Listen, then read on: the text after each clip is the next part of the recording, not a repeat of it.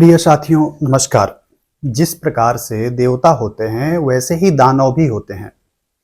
अच्छाई है तो बुराई भी है, मनुष्य हैं तो राक्षस भी हैं। वैसे ही खटकर्म है, जैसे किसी का आकर्षण करना हो, वशीकरण करना हो, उच्चाटन करना हो, स्तंभन, विद्वेषण और मारण आदि करना हो। ये प्रयोग पहले अच्छे कार्यों के लिए बनाए गए थे, लेकिन बाद में इसका प्रयोग किसी की हानि करने के लिए होने लगा। जैसे चाकू है, इसका प्रयोग आप सब्जी काटने के लिए भी कर सकते हैं और किसी का गला काटने के लिए भी। जो भी चीजें बनी हैं उसका उपयोग अच्छे कार्यों के लिए भी होता है तो बुरे कार्यों के लिए भी होता है। ऐसे ही तंत्र का भी निर्माण हुआ। तंत्र का प्रयोग करके आप किसी की शक्ति, कार्य, व्यापार, प्रगति आदि को रोक सकते हैं, अवरुद्ध कर सकते हैं और किसी की शक्ति, व्यापार आदि में लाभ भी करा सकते हैं। लेकिन जब आप किसी के लिए बुरा करते हैं तो आपके साथ तो बुरा होना ही है। ये बात अवश्य ध्यान देना चाहिए। कर्मफल होता है, आप कोई भी कार्य करते हैं वो चाहे अच्छा हो या फिर बुरा हो, उसका परिणाम आपको अवश्य मिलता है। अगर आप किसी के लिए अच्छा करते हैं तो उसका फल आपको अच्छा होगा, लेकिन कुछ बुरा करते हैं तो उसका भी परिणाम आपको बुरा ही मिलेगा।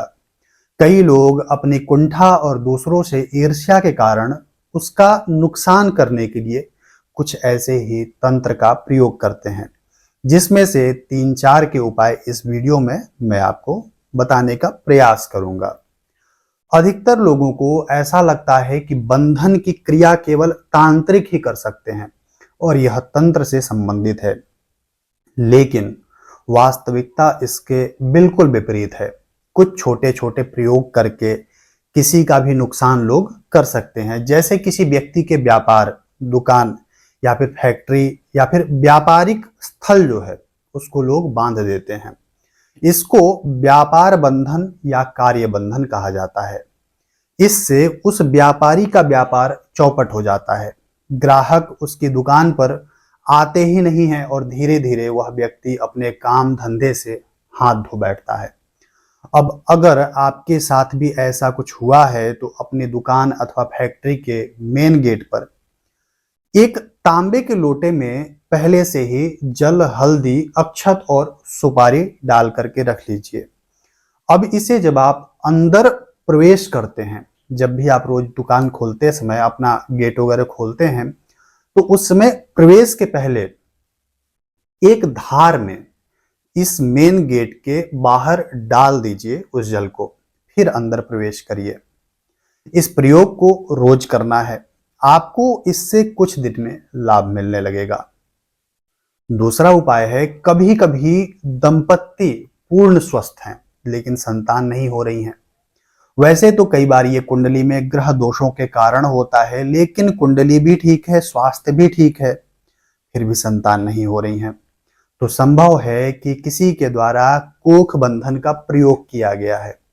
ऐसे में इसके निवारण के लिए स्त्री अपने जन्म अथवा विवाह के वार के दिन या फिर अमावस्या या फिर शनिवार को अपने पहने हुए कपड़ों में से कुछ धागे निकाल करके रख लें और सरसों के तेल में रुई की बत्ती डालनी है। इसी रुई में इस धागे को भी मिला करके फिर दीपक जलाइए और इस दीपक को अपने इष्ट देवी या फिर देवता के सामने जलाइए। संभव है कि इससे आपको लाभ अवश्य मिलेगा। तीसरा उपाय है भवन बंधन के बारे में। कभी कभी किसी भवन या फिर किसी स्थान विशेष को बांध दिया जाता है, जिससे बाहर के लोग उस घर में आना नहीं चाहते हैं। जो घर के लोग हैं वो भी जब उस घर में रहते हैं तो अच्छा महसूस नहीं करते हैं। कलह जैसा माहौल रहता है, हमेशा लड़ाई झगड़ा रहता है, कुछ ना कुछ घर में कमी रहती है। जबकि घर से बाहर जाने पर घर के सभी सदस्यों को अच्छा लगता है। इसका निवारण है, प्रतिदिन हवन, यज्ञ, अनुष्ठान, पूजा करते रहने चाहिए। घर में गंगा जल का छिड़काव भी नियमित रूप से पूरे घर में करते रहना चाहिए। प्रतिदिन संभव हो तो जल में नमक मिला करके पूरे घर में पोछा लगाइए। पीपल आदि वृक्षों को अपने घर के आसपास उगने मत दीजिए। यदि समस्या ज्यादा है तो किसी योग्य विद्वान द्वारा इसका समाधान करवा सकते हैं। धन्यवाद।